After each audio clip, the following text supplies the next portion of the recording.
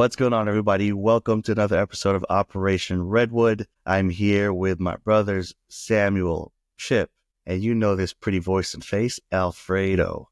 Obviously, we're doing a lot more remote stuff because there's a lot of changes in our schedules, but we're still making it happen. Today, we're going to be talking about becoming a man who cultivates, building strong foundation around growth and self-discovery. So let's get right into it. Samuel, what does it mean to be a man who cultivates? I like that.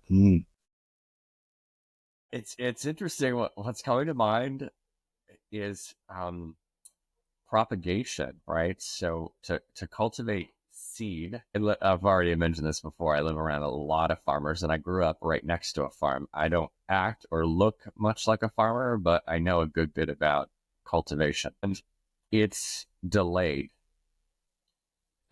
You plant seeds, and then you wait, and then you wait, and then you wait, and then you wait.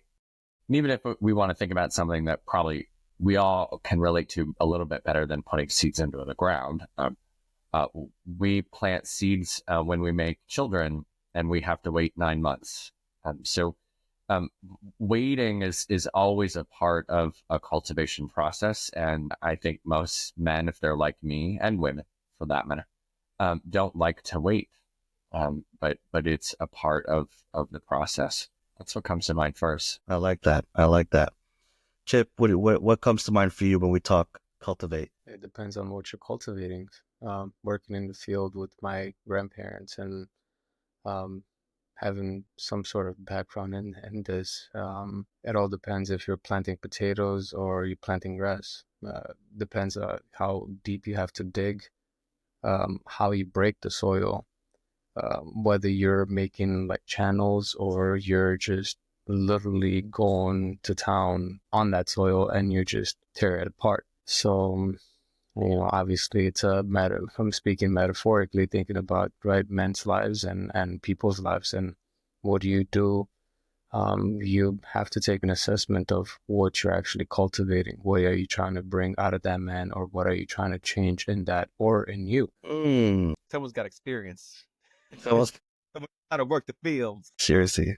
Well, what do you got, Alfredo? Like, what's cultivating to you? But I also want to ask you, what's the hardest thing you've had to cultivate? Oh man, the hardest thing I've had to cultivate, that would be a rekindling relationship with God in my wife. That would have to be something that probably the hardest thing I had to cultivate, because she had some bad experiences before we got married. She was curious. She wanted to know, about God, and it took some nurturing. It took a lot of instruction to try and get her closer and get her more comfortable to come back to church and try to get closer to God and get to know him and all that stuff. So that's got to be probably the hardest thing I've had to cultivate it. And I don't know much about the physical, planting seeds and growing crops. I understand the gist of it. What I do think about cultivating is the work, right? Like, I believe that, just like Chip was saying, cultivating or tilling the soil, right? Knowing what you're going to plant, knowing what you're expecting out of this seed, right? I think tilling the soil is probably the hardest part. The amount of investment needed in cultivating, and knowing how much water it needs, right? How much attention it needs. You don't want to saturate it, right? You don't want to, how do you say, make it too much of anything, right? Because then you might drown it. So it requires a lot of energy. It requires a lot of attention. Cultivating means a lot of care. It means a lot of love. And sometimes it means putting that thing first, So Like, I can see something stirring in Samuel and Chip over here. Well, no, it was just the only thing I was going to add. It was, even if sometimes you do everything right, sometimes that plant or that seed or whatever you're going for, it might not sprout, it might not be brought to life, so to speak. It's just, you're doing everything right. It's just, besides all the effort, it's just nothing is coming out, and which is okay. It's part of the process. Yeah. I was thinking about that too, Chip, so it's interesting that we're both sort of thinking about that like the time and effort that you speak of, Alfredo, is accurate. And then there's also a lot of weight and that you have no control over. And then the outcome could be horrible, right? I mean, there are seasons of drought and seasons of flood that you have no control over, and you put in all this effort and for seemingly nothing. Now, I have a practical example around that. I talked to Chip and Angelo about this before. I felt I heard very clearly that God wanted me to invite and encourage people to start a men's study where I live. And I advertised it for weeks and weeks and weeks. And I showed up and no one came. And some people said to me, like, and I remember saying, like, oh, that's so disappointing. And I said, what's disappointing about it? Like, I was faithful. I did what God asked me to do. And I don't understand his methods, but I know that something was being cultivated in me, and growth was happening in me as a result of that. And then so separate from that, I was also thinking about that question, Angela, when you said, like, what's the hardest thing that I've ever cultivated? And for me, I would, hands down, I would say my own heart, because I'm not good at cultivating myself. I can cultivate a lot of other things really well, but I don't think I do justice to my own heart. I think that's such a good point that you hit on, because a lot of men, it's easier for us to give advice to other people than to take it for ourselves, right? The application of it is totally different for us. Like, no, this is what you need. I'm good though, right? Like, but it's like, really, it's probably something we both got to do. And I think part of that is because men don't have a vision for who or where or what or even the person they're called to be. So again, you go back to Farmer Chip over here. He's like, you planting onions or you planting potatoes? Because depending on what you are planting is the depth that you're going to have to go. You're trying to make money. Cool. That's easy, right? You're trying to, get a following. Okay. You're trying to win hearts for Jesus. That's going to take a lot more. And right. I think, go ahead. No, and Alfredo touched on it, like to just piggyback on what you said. It depends on, the plant itself or the seed itself, because like, Alfredo said, you're giving it too much water. You're thinking you're doing a good thing because, right, they thrive on water, sunlight, all of that. But what you end up doing, it's actually killing it, drowning it. So we have to know kind of like all the logistics, in the sense that, okay, this one requires maybe water once a day or maybe once a week. It's all of that we have to just give enough for that plant to actually, have something to, work with. But at the same time, you're also forcing that plant to grow, with whatever you're giving it.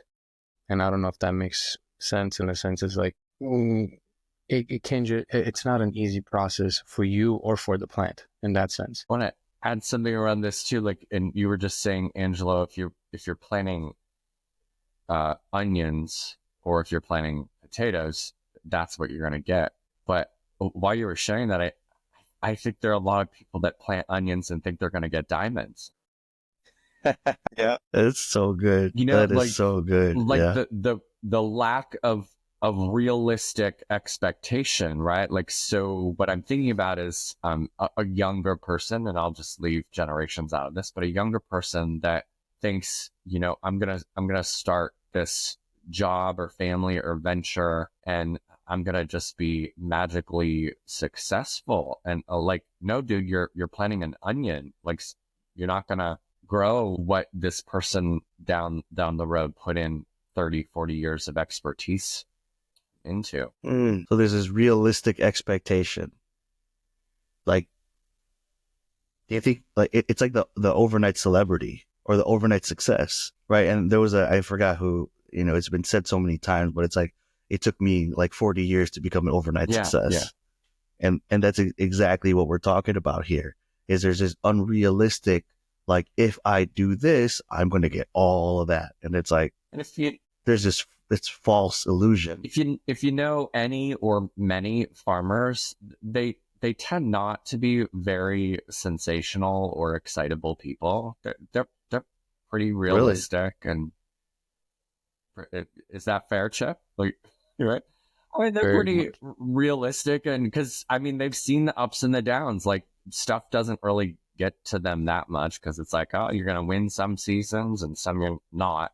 And I mean, it's good to be excited. It's good to be passionate, but there's something also to be said about steady growth. It is the process that also teaches you, right? Because if you're just putting in the ground and all of a sudden the next day you go and pick the fruit or the vegetable, whatever you're growing, the level of appreciation in that waiting period, it's because, again, you may get it, you may not. So that's not up to you. You plant, you water, God makes it grow. Yeah, and if you pick it right, Chip, it's like, so if you pick it right away, you're not going to get the 20, 30, 40 times yield that, like, you pick it and then you get what you asked for by picking it right away. Oh my gosh, Samuel, I know you have to head out. I do. So I'm giving you this because Chip and Alfredo and I will hang out a little bit more and dive a little bit deeper into this. But obviously this week in Redwood, within our Facebook group, we're talking about becoming a man who cultivates. One thing you just hit on is the importance of timing. Oh yeah. Pick it too soon, you're not going to get enough yield. Pick it too late, That's wrong. who knows? It's rotten. Might be rotten. So go into that a little bit more before you leave, because you have a tendency of dropping bombs and then you just leave the call. So I'm like, yeah, talk about timing. A little bit of how important is timing. Well, so what comes to mind for me is being in step with God in this, right? So man's timing isn't God's timing, and it takes patience and seasons that you've gone through to understand God's timing. I mean, actually, oh gosh, this is weird, but I'm going to do it anyways. I've been actually eating a lot more avocados recently, and you know how it is. You about like, wait, eat it. Shit, it's too late. So, I mean, timing is this thing, and I think this ties into that piece about farmers being, well, you got to throw that one away. It didn't work out, try the next one. And I guess there's something that's sitting in me that's sort of speaking against this, like, all you need to do is just have this positive attitude and everything's going to come your way. And it's just simply not true. Like, yes, you should absolutely have a positive attitude. And yes, you should be joyful. But that isn't the golden ticket to success. The golden ticket to success is knowing that if your yield is great or if your yield is poor, no matter what, God has your back. Well, beautiful mic drop. Got to leave on that. Beautiful mic drop. I appreciate you, brother. When you leave the call, just leave it open for a second and then it'll finish uploading your segment. So we're not just talking to an empty face later. Yeah. Take care, guys. I appreciate you, brother. We'll talk soon. Timing.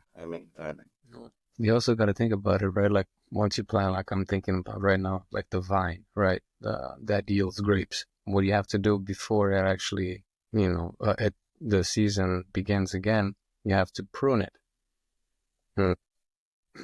You have to know, depending on how you prune, usually that's how that's how much you're going to reap. So if you prune too much, it's not going to yield too much fruit. But if you prune just enough, I know, like, for the last 2 seasons, we brought this guy, my in-laws have a little kind of like vine covering the deck. And this guy has done like such a phenomenal job that we had so many grapes in such a little vine that people were like, oh my gosh, like, how come yours are yielding so much fruit? And it's also that pruning process, cutting away what it's, I guess, bad or, For a second, I thought you were going to be like, it's Chip's fertilizer.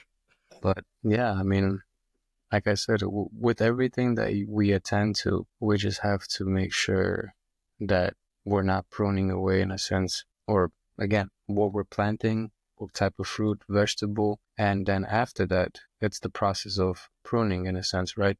I mean, there's weeds that grow around it. You have to know how to pull it. You have to know even about that weed.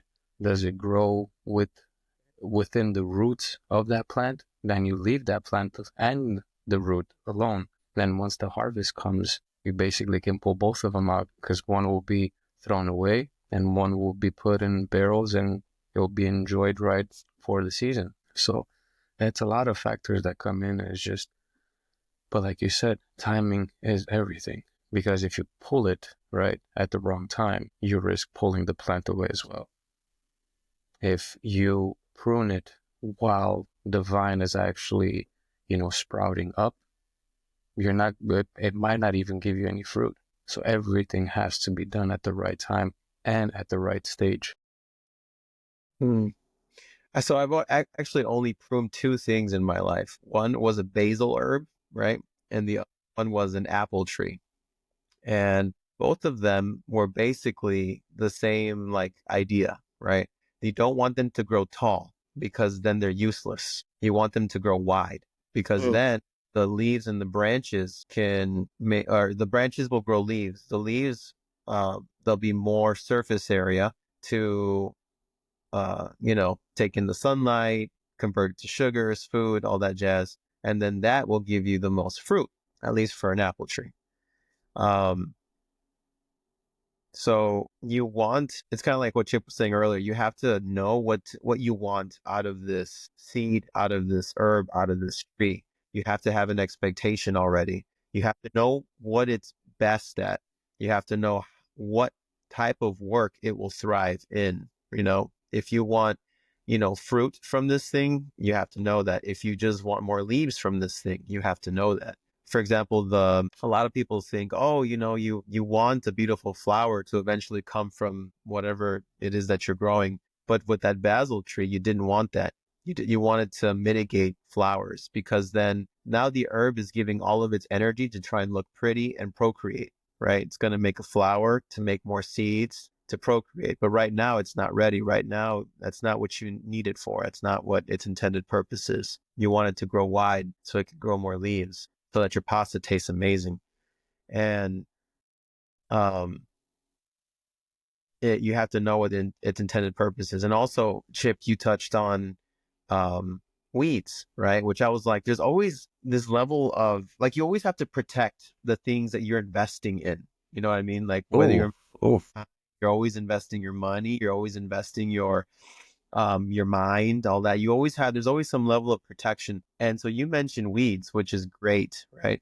Then you threw in that biblical scripture about, being separated and one will be for grains. I see you. Anyways, but then like there's also scripture that says that the small foxes ruin God's garden. And you would think like, well, what's wrong with the foxes? Like they eat other animals, like bunnies ruin, the garden, right? Wouldn't foxes eat the bunnies and kind of fix that problem? But they also dig up the soil. They also want to make burrows. They want to get in underneath your cabbages and your everything else that you're investing your hard sweat and time into, and your love and devotion. And it's the small things that are ruining God's plan for us, and not only God's plan for us, but also this whatever we're trying to cultivate. It's the small things that always get in our way.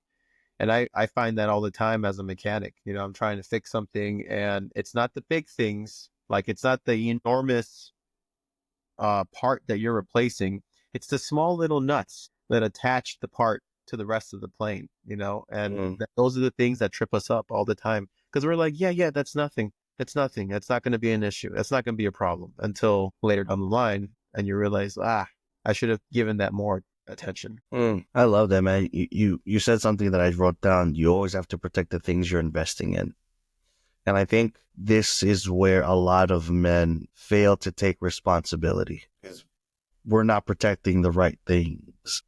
Our focus isn't on the right things. It's like that idea of there's a lot of dads out there, but there aren't enough fathers.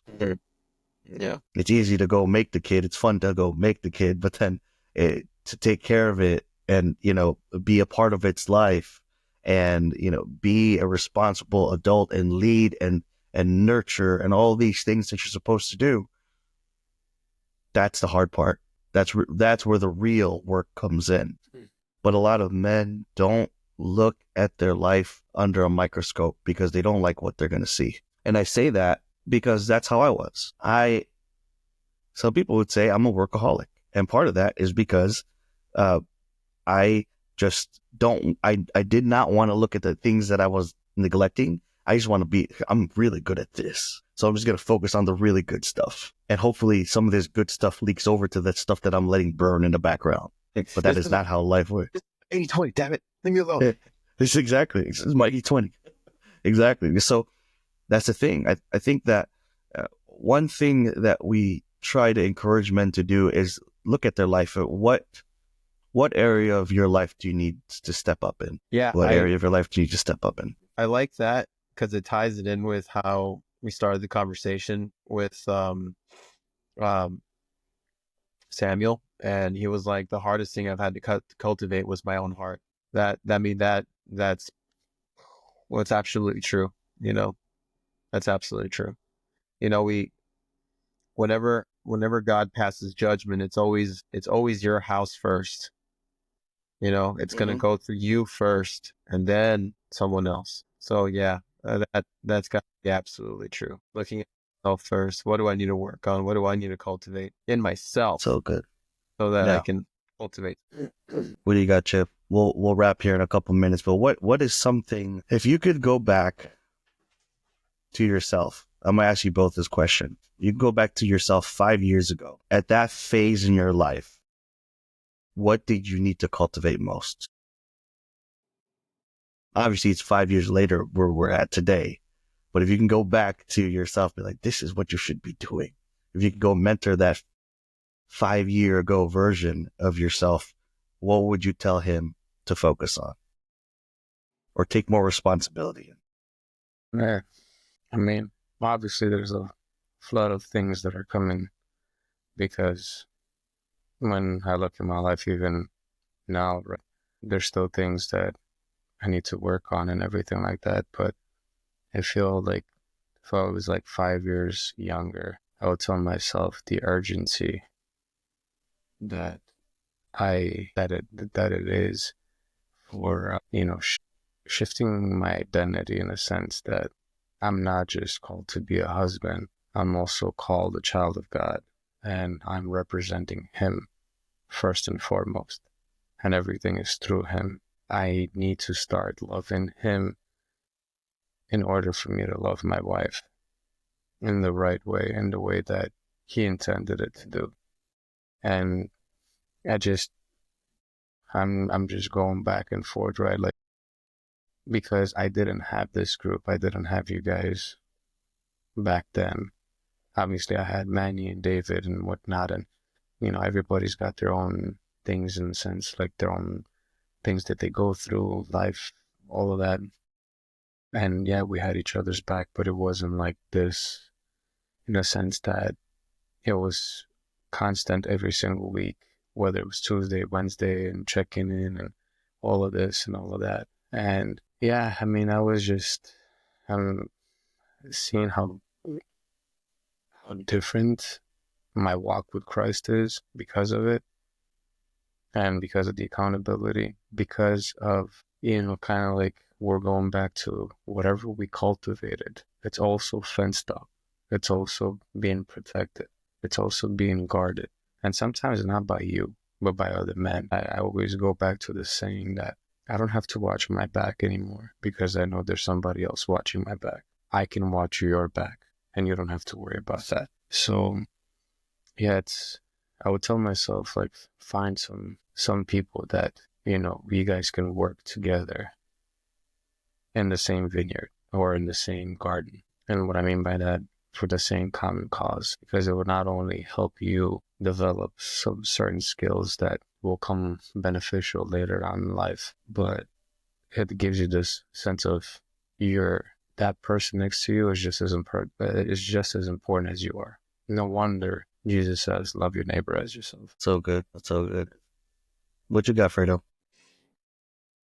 Yeah, I would be like, hey, yo, you need to invest in crypto. There's this thing that's gonna like, come up. It's like Bitcoin. All right, you need to just douse. You don't even have to put that much. You just put like $5 in it. Trust me, bro. Trust me. You're gonna be good. All right. Good. I That's really good. I I see. Okay, so I've been married for almost 8 years, right? And at the beginning of our marriage, I like my wife and I were kind of weird, right? In our dating phase, because we only argued once ever in our dating phase. And it was the most silliest thing, right? It was history based. It didn't pertain to us at all. Like we were on a call just like this because we were doing long distance at the time. And she's like, so really random, right? Do you think that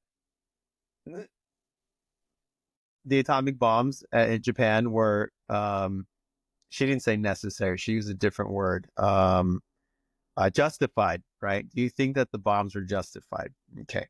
So I like history, right? And I'm a really big fan of fuck around and find out. I'm a big fan of cause and effect. All right. So then I explained, I was like, in the short, yes, right? And then like she blew up and she was like, what do you mean? Like, like it's terrible, blah, blah. And I'm like, hold on, hear me out, right?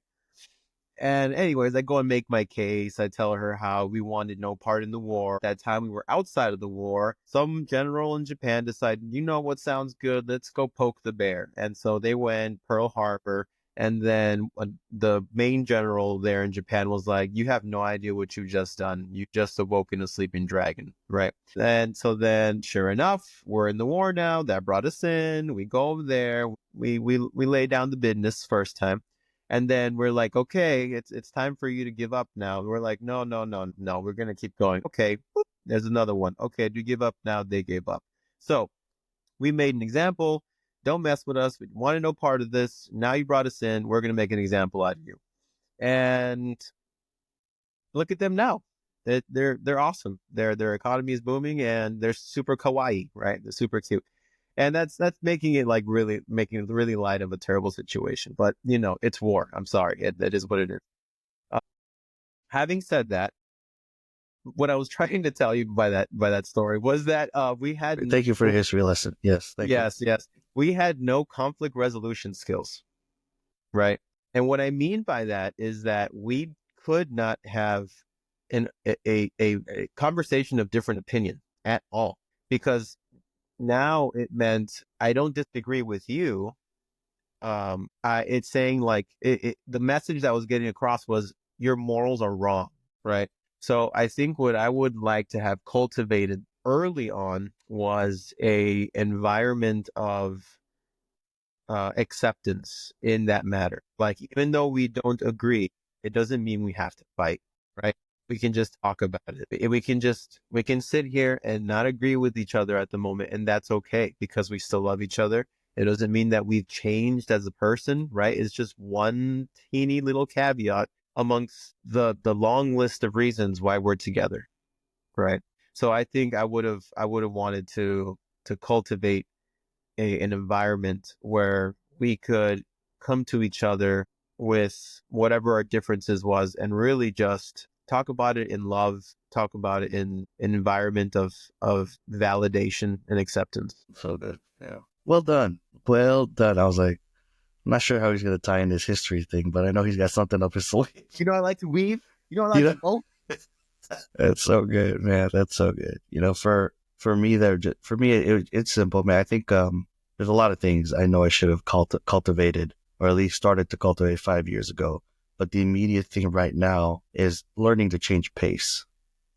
Because 5 years ago, I was one pace. It was always go, go, go. Even before it was always just one pace, always foot on the gas, get after it, go, go. And now that I'm learning a different pace to slow down, and this quote that I know I've said to you guys before is, subtraction is equally as powerful as addition. Sometimes I don't do that enough. It's always go, go, go. Not enough to slow down, not enough to look at the details and appreciate the moment for what it is. And it's something I still am challenged with, but I'm getting better at. And I'm actually enjoying this different pace. And it's funny because as I'm talking about that, my daughter's waking up, and this is exactly the pace that I'm talking about. It's a different pace. Exactly. It is a different pace. So I do appreciate you gentlemen being here, making time to do this. Thank you guys for continuing to contribute in our Facebook group. Fredo, thank you for gracing us once again, 2 weeks in a row, with your presence, and always value you have, I've said it to you before, man, you have amazing storytelling skills, and you really have a gift of speaking. So I love that you're here, and Chip, you're always faithful, man. You have a gift of helping men too. So I appreciate both of you being in my circle. Appreciate you guys just continuing to contribute till we can do it again. Love you, boys. Appreciate you, fellas. Love you guys. We'll see you Love you soon. guys.